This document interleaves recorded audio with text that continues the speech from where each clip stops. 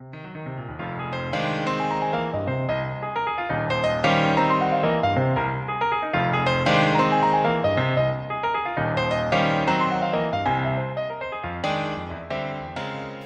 guys, I'm Natalie. I'm in Group 7 along with Caitlin and Axel, and this is our final assignment for ALC205, Digital Media and the Surveillance Society. Our video is going to focus on the positives and negatives of surveillance, as well as touching on some personal stories we have about our experience with surveillance in the past. I currently work as a bartender in a local nightclub in Geelong. I've been there for about 8 months now, and I've seen some pretty amazing things while I've been at work, sometimes funny and sometimes not so funny.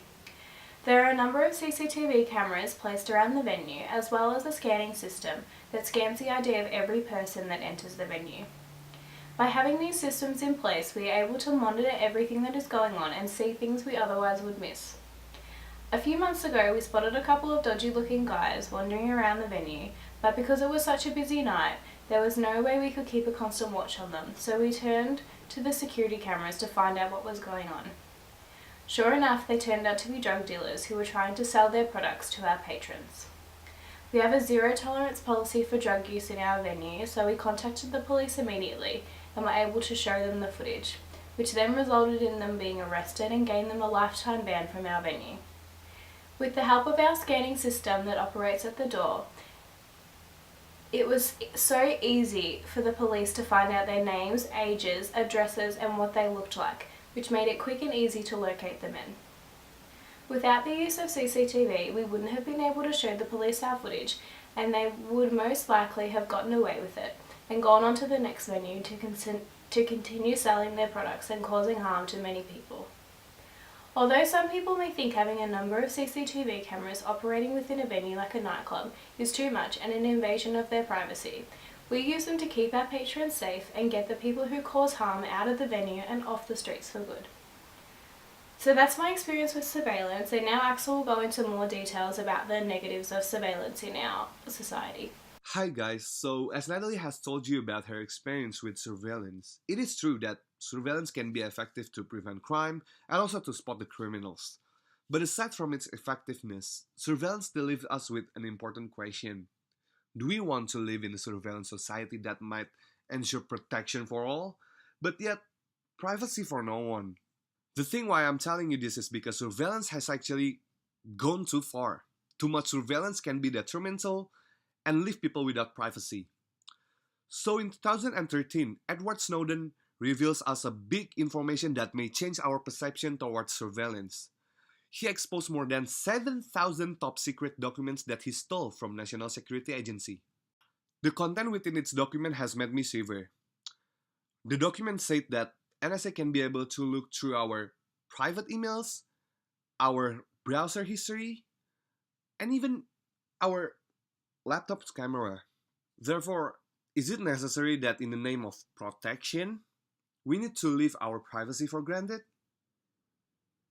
As a citizen in a democratic country, we need to ensure that the government is really respecting human rights.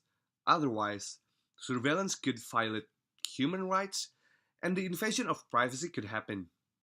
I don't want to sound provocative here, but unregulated surveillance practice can be easily misused and can be easily abused.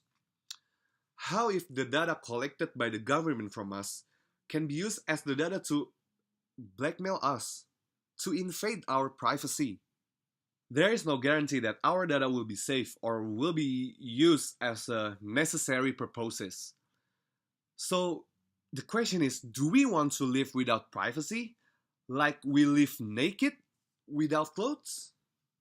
There is no control to prevent abuse from occurring. Therefore, we need to stay strong.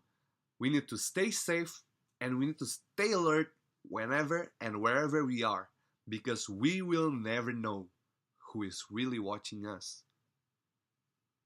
As Axel and Natalie have clearly pointed out, surveillance is everywhere. It is within our very reach and within our fingertips. We are constantly being watched. We have argued the cons of surveillance, the risk it brings to our society, but we must also question our true intent online, within our homes and in society, as we are all contributors to this game. Is surveillance truly protecting us, or can it go too far? As Axel has stated, surveillance can easily be abused, misused, and used to strip people of their privacy. We have no control over it, and only certain individuals are allowed access.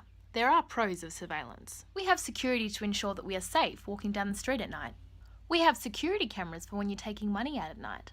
If not for these resources and within surveillance, we would never be able to catch the criminal, or criminals in this case. This is also related to Natalie's story as a bartender within Geelong. They were able to use their surveillance footage to catch the criminals at the scene when it happened. Therefore, as a security tool, surveillance is beneficial. In this video, we have covered the pros and cons of surveillance. We have also pointed out the key things that would be beneficial and detrimental to society with the use of surveillance. The question I leave you with is, should surveillance be reviewed in relation to privacy? And should it just be used as a security device to measure and make sure people are safe within our street?